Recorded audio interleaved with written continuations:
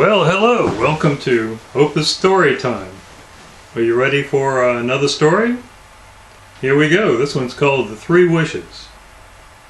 Once upon a time, and be sure it was a long time ago, there lived a poor woodsman in a great forest, and every day of his life he went out to fell timber.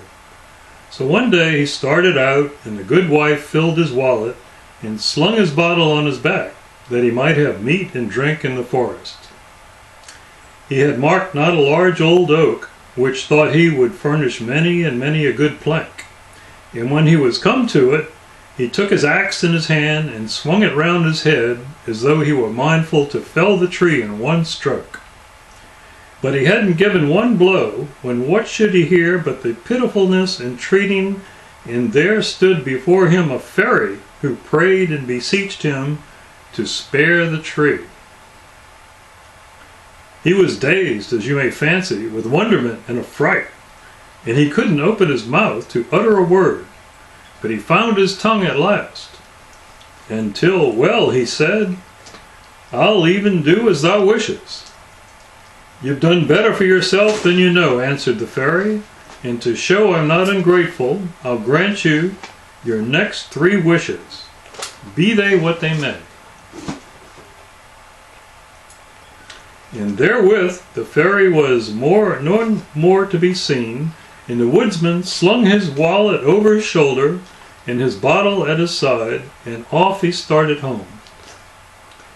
But the way was long, and the poor man was regularly dazed with the wonderful things that he had befallen him. And when he got home, there was nothing in his noodle but the wish to sit down and rest. His noodle is his head. Maybe, too, 'twas trick of the fairies. Who can tell? Anyhow, down he sat by the blazing fire, and as he sat, he waxed hungry, though it was a long way to supper time yet. "Hasn't thou naught for supper, dame?" said he to his wife. "Nay, not for a couple of hours yet," said she. "Ah," groaned the woodsman, "I wish it'd be a good link of black pudding sausage here before me." So what do you think happened? No sooner had he said the word, when clatter, clatter, rustle, rustle, what should come down the chimney but a link of the finest black pudding the heart of man could wish for, the sausage. If the woodsman stared, the good wife stared 3 times as much. "What's all this?" says she. Then all the morning's work came back to the woodsman, and he told the tale right out, from beginning to end. And as he told the good wife, glowered and glowered, and when he had made an end of it, she burst out, "Thou's been such a fool, Jan. Thou's been but a fool, and I wish the pudding were at thy nose, I do indeed." And before you could say Jack Robinson, there the goodman sat, and his wife was the longer for a noodle link of black pudding. He gave a pull, but it stuck, and she gave a pull, but it stuck. It stuck on his nose. And they both pulled till they had nigh pulled the nose off, but it stuck and stuck. "What's to be done now?" said he. "'Tisn't very unsightly," said she, looking hard at him. Then, as if it would stay, then the woodsman saw that if he wished, he must wish in a hurry, and wish he did, that the black pudding might come off his nose.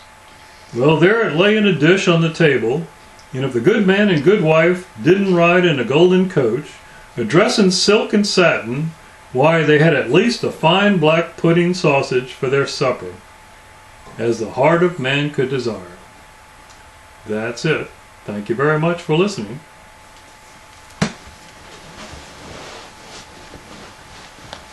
What do you think of that? You don't see the train.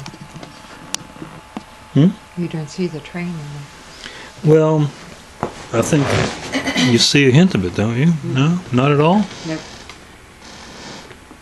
I should have pulled it out further, then. Well, I'm going to do another 2 or 3.